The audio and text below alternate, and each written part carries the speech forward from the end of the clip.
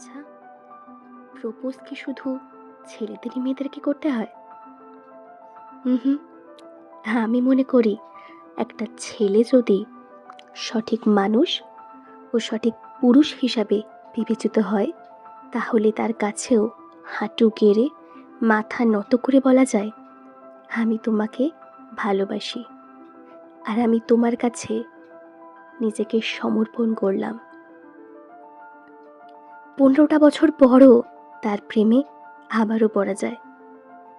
হয়তো ভিডিওটা হেজি, কিন্তু ক্লিপিংসগুলো পুরোটাই ইমোশনে জড়ানো। আমার ভীষণ ইচ্ছা ছিল বিয়ের আগে আমি সেই স্পেশাল মানুষটাকে নিজের মনের কথাগুলো বলে প্রপোজ করব। আর যে আমাকে অলরেডি রানী বানিয়ে রেখেছে, তাকে আবারও বলবো, will you be my king for life time. এটা আমাদের 15 লাভ অ্যানিভার্সারি ছিল। আর এই ছেলেটার চোখের জল আমি 15 বছরে 2 থেকে 3 বার দেখেছি।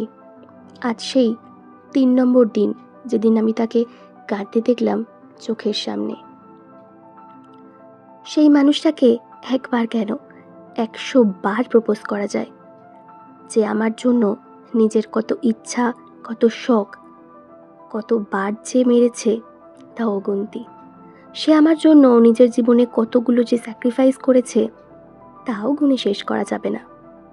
যে একটা মেয়েকে ভালোবেসে বিয়ের আগেই অনেক না বলা কথাগুলো শুনে নিয়ে বারবার তার শখগুলো পূরণ করেছে।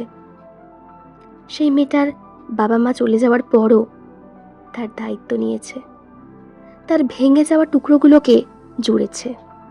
না, এটা কিন্তু ভুল কথা। সে আসলে কখনো মেয়েটাকে ভাঙতেই দেয়নি। সেই ছেলেটাকে আমি বারবার বলতে পারি, আমি তোমাকে ভালোবাসি। গোটা দুনিয়ার সামনে চিৎকার করে বলতে পারি, ইয়েস, আই লাভ ইউ। আমি অলওয়েজ সারপ্রাইজ প্ল্যান করতে ভীষণ ভালোবাসি।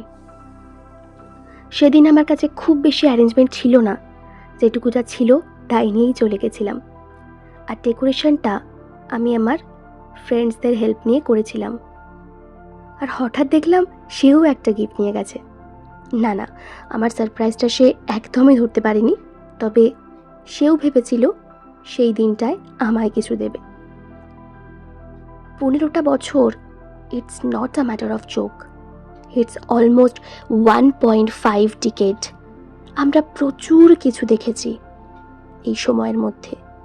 চড়াই উতরাই, উতাল পাথাল, ভালো খারাপ বিভিন্ন সময় আমরা কাটিয়েছি একে অপরের হাত ধরে।